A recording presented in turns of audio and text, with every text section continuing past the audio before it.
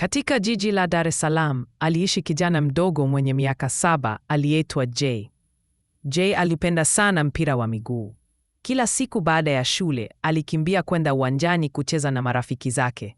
Alikuwa na ndoto kubwa moyoni mwake.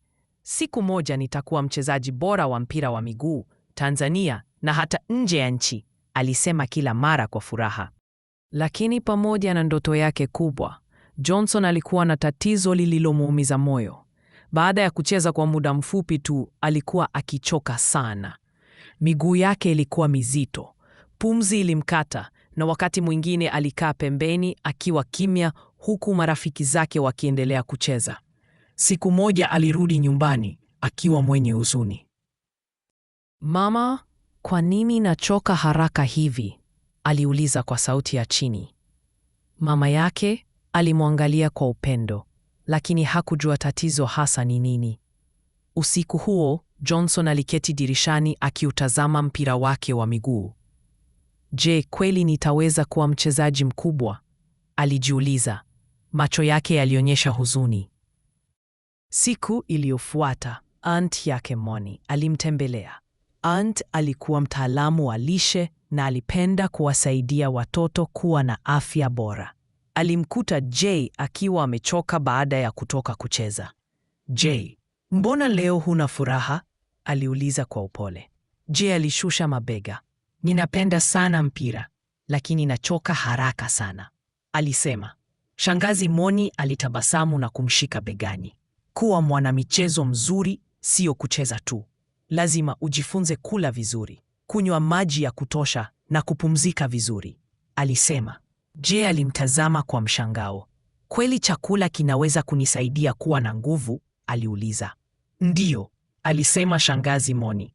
"Mwili wako ni kama gari, bila mafuta mazuri haliwezi kwenda mbali." Kesho yake, shangazi Moni aliandaa chakula mezani. Kulikuwa na wali, maharage, samaki, mboga za majani, ndizi, embe na glasi kubwa ya maji safi. Je, alikodoa macho. "Hiki chakula chote kina kazi gani?" aliuliza. Aunt alianza kueleza kwa upendo. "Mlo kamili ni chakula chenye virutubisho vyote muhimu ambavyo mwili unihitaji. Mwanamichezo anihitaji kula vizuri ili awe na nguvu na afya nzuri." Alimwonyesha kila chakula mezani. "Wanga kama wali, ugali na viazi hukupa nguvu za kukimbia na kucheza.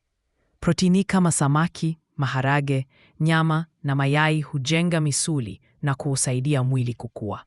Mboga na matunda hulinda mwili dhidi ya magonjwa na kusaidia damu kufanya kazi vizuri. Maji husaidia mwili usikauke na kuzuia uchovu wa haraka."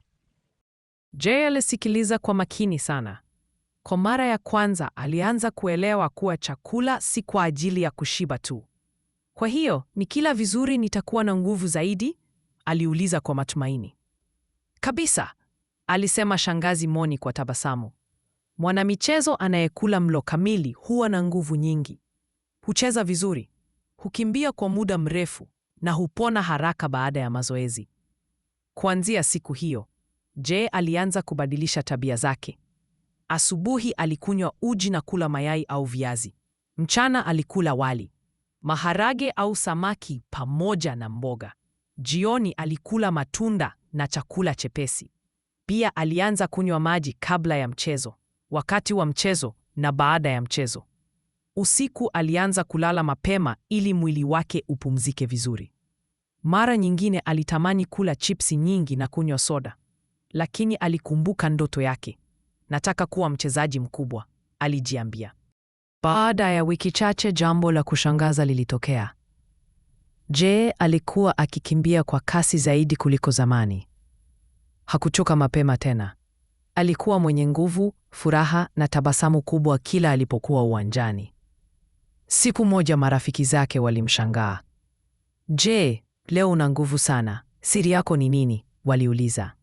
Jay alicheka kwa furaha. "Siri ni kula mlo kamili, kunywa maji na kupumzika vizuri," alisema. Mwalimu wa michezo aliyekuwa akimtazama alimuita. "Jay, una nidhamu nzuri sana.